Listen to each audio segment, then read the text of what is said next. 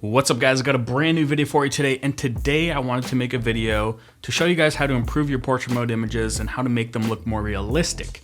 Now if you watched my video put out last week comparing the iPhone 11 Pro to a professional camera, in this case it was a Sony a7 III, I was pretty impressed by how it looked, but obviously the iPhone is just emulating the look of a real camera, so there's a lot of abnormalities and glitches that are kind of dead giveaways.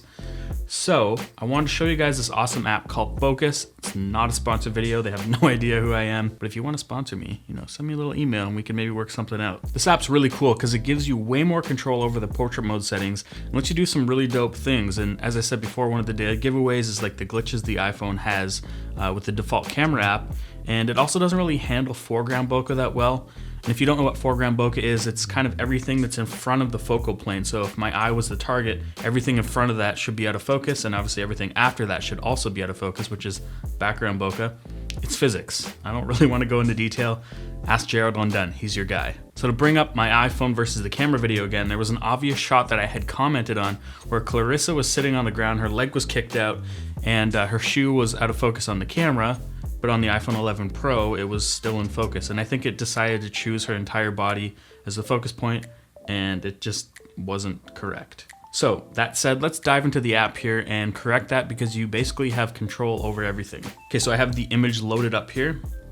And generally what it'll actually do when it first brings in the image is it'll actually focus on the face. Somehow it figures out that's the face and that's the subject that you want in focus. I'm just gonna click on it here to set it up to begin with. And obviously nothing has changed until we slide the slider here, which is actually like opening up your aperture. So we can go all the way to f1.4, looks super fake.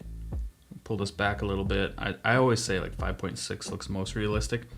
And in this case, the app has determined that she's sitting in that focal plane and there's depth to it. And the app is actually bringing in the depth information from the depth sensor, which for some reason doesn't really work on the default camera app, but in this case it did.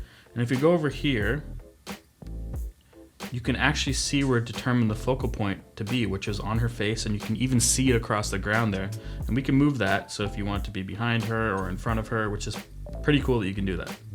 I actually just skipped over something here that's really cool too. You can adjust how much foreground bokeh you want. So anything that's red will be kind of out of focus, and everything that's obviously behind her that's red will be out of focus. So you can actually manually go in and dial in those bokeh settings. Now going back to this here, the patch tool, you can actually zoom in if it didn't really do a good enough job and wasn't like 100% accurate and missed a couple spots. Sometimes you'll see where there'll actually be like a whole chunks of area that's still in focus that isn't supposed to be. You can take the brush tool here and you can zoom in real close and you can just like refine that edge. So I'm just kind of outlining it right now. I'm not going to do the entire image, but basically you can go around the entire thing and get the entire image dialed in perfect if you like tedious tasks and you want to go through and do that. What else can I show you? You can add artificial lighting in this app, and this is actually really cool. So in a 3D space, you can see what it's determined her distance is from the background, which is really crazy. So if we go over top here, you can see, the tree line and her and how far away she was. You can even see her foot. Such a cool effect. This is almost just a cool photo in itself, something like that.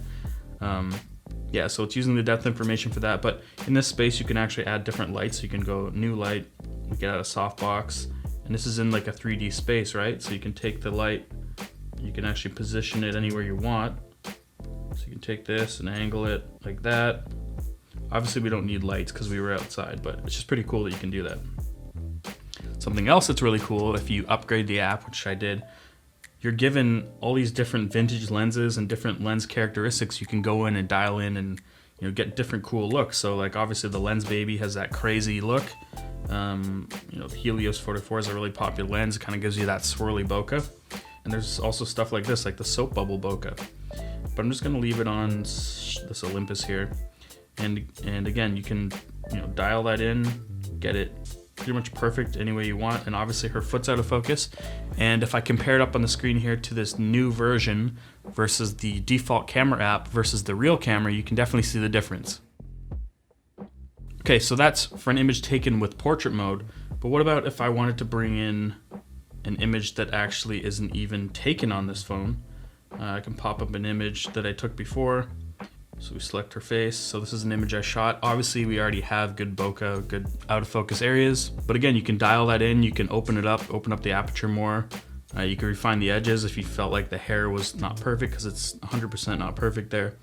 But it's pretty cool. You can do that to an image that wasn't even taken on the iPhone. And the other thing I think is crazy is it actually somehow figures out the depth in that 3D space. So it shows how far away she was from that background. Okay, that gives you a better look into this app and how you can correct the blur, the bokeh of the portrait mode images. If you haven't checked out my video yet on the iPhone Pro versus the professional camera, you should check that out. For some reason, everyone thinks the iPhone is better. And I guess it's kind of hard to see how much worse it is on YouTube versus the real camera, but that's it for this video. If you liked it, give it a thumbs up. If you disliked this video, give it a thumbs down twice. Don't forget to hit that notification bell. I'll see you guys in the next one. We have to record this in 30 frames per second. I really don't want to. I don't have a choice, but in order to screen record, it's gotta be 30. And the other, there's a lot of abnormalities. We're taking a look at the iPhone 11 Pro images because I messed that up again. To a professional camera, in this case, information from the depth sensor